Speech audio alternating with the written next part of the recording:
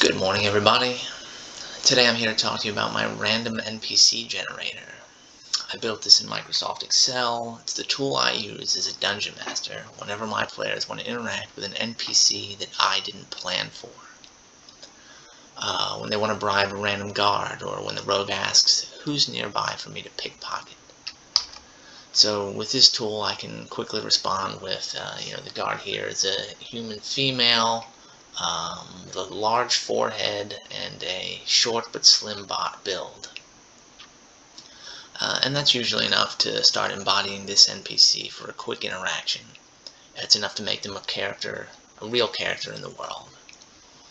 And if I need more, it tells me what kind of clothes they're wearing. If I need to give them an occupation, this guy is a laborer. It gives me their alignment, some ideals and flaws that work with that alignment, an attitude, maybe a faction if I want them to be a Harper or a Zentarum. It gives you most of what you need as a DM to quickly embody an NPC that you didn't plan for, and bring them to life. And the selling point for me here is that it's quick. This is more useful to me than one of the AI tools out there, because I can generate a new NPC just by clicking F9, by refreshing the Excel workbook.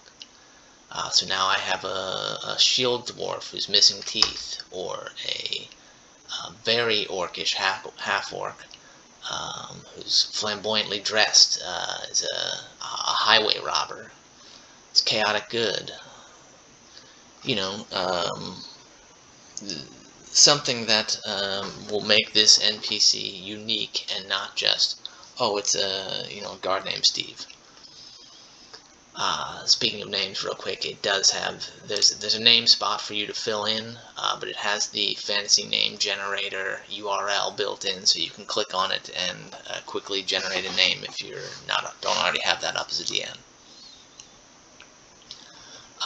This workbook is populated with all of the 5.5 races, like the standard races that you can play as a character. It also has, I think, 10 of the more unique races, like the Githyanki, the Kenku, lizard folk, that kind of thing.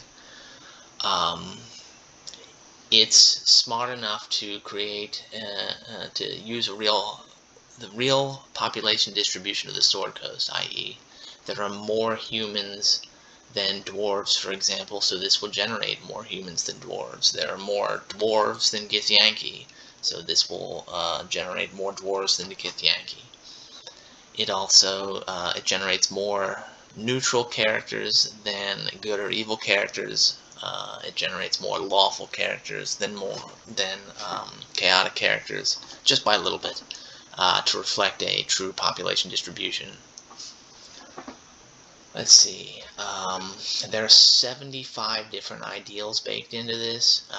The first ideal always looks at the first alignment, the second ideal always looks at the second alignment, so you'll get something true to this character's, to the alignment that's generated.